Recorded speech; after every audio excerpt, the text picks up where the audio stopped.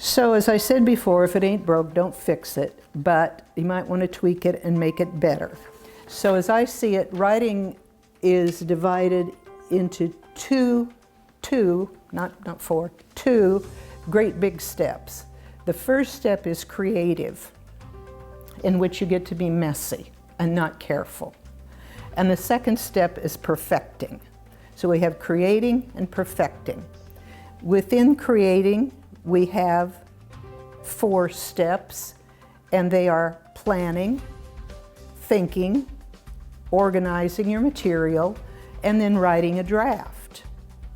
In the planning step, you consider who your readers are, you choose a target journal, you become familiar with that journal. If you aren't already, you look at its content, you look at its readers, and so on, and make sure it fits your purposes. And hopefully you look at its publication guidelines carefully as well. So that's your planning. In your thinking step, that's again dictated a lot by your research area, your subject, and how deep you are in it.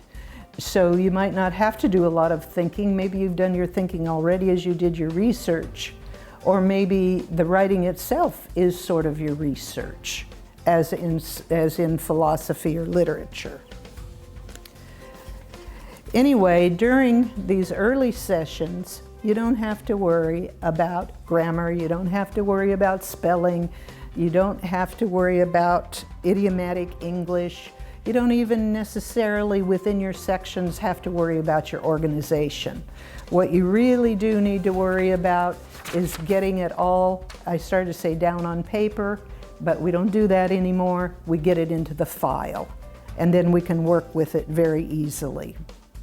So that's the first 3 steps. The 4th step in the creative part is the drafting, where you write all the way through the whole thing.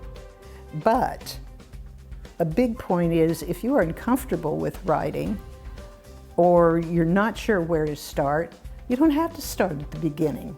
Start where you're the most comfortable. Start with writing up the results. Start with writing the conclusion. Whatever you're comfortable with, start there. And then write as much as you can, again, without worrying about the perfection things of spelling, punctuation, grammar, and so on. Now, I'm going to backtrack just a little bit. Here's a kind of recursive process that I've found helpful when I'm writing a long paper. And that is, I will draft for a while and get as many of my ideas out as I can, and in several paragraphs or a section. Then I'm tired. So then I say, okay, let me take a break. I'm going to go back here, and I'm going to edit and revise a part of this.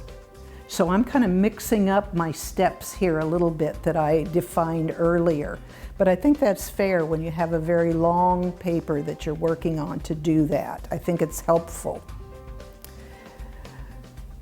The second hint that I have, which I have not paid attention to sometimes in the past, is don't deplete yourself of all your ideas and your words and sentences before you stop and take a break.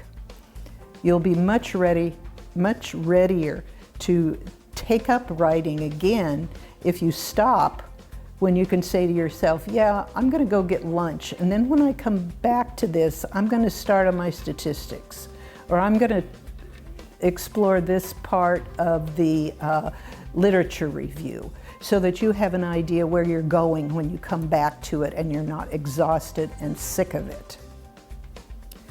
All right, now we come to the second big step, and that is the perfecting. Hopefully, after you finish the drafting and the creating and all that messy stuff, you go away from it for a while, at least 24 hours, maybe longer. And then you come back to it and you look at it, and if you're like me, you say things like, wow, that sounds really good, or boy, that's horrible, I don't even know what that means. Because you have an objective look at it at that point. And then you can begin revising. You can begin making better sentences. You can begin making your writing more concise. You can begin working on better verbs, which is something I talked about in another video.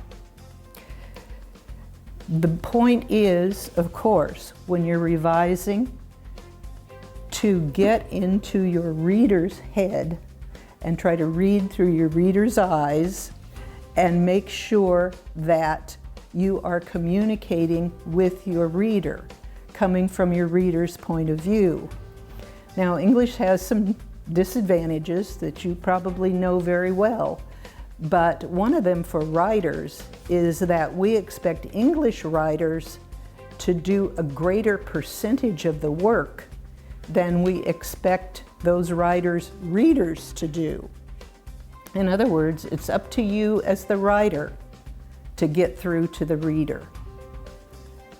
Not always the same in other languages necessarily. Okay, and the last step, of course, is you check for the accuracy of your information. As editors, we have some questions we have to answer, and they have to do with, are there any mistakes in numerical information, statistics, whatever. And of course, we're looking at grammar, spelling, and so on.